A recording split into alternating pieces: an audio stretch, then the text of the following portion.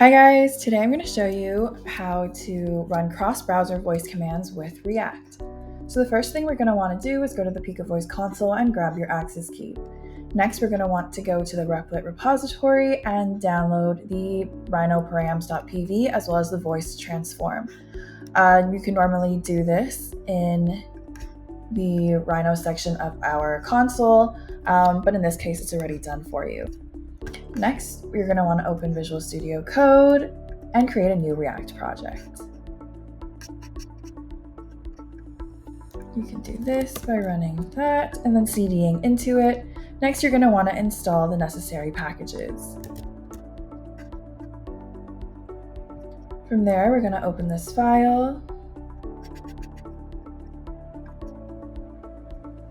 All right, and you're going to see that under app.tsx, I have already copied and pasted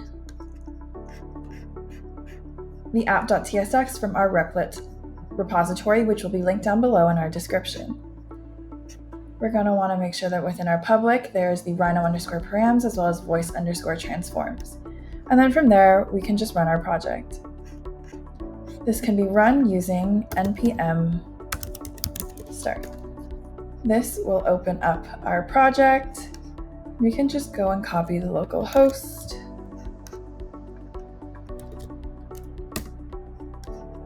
And from there, we're going to use the access key that we obtained earlier. And start. Set scale 50%.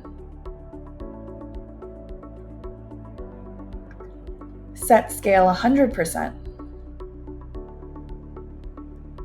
And there you have it. Thank you for watching and visit Picovoice AI for more tutorials.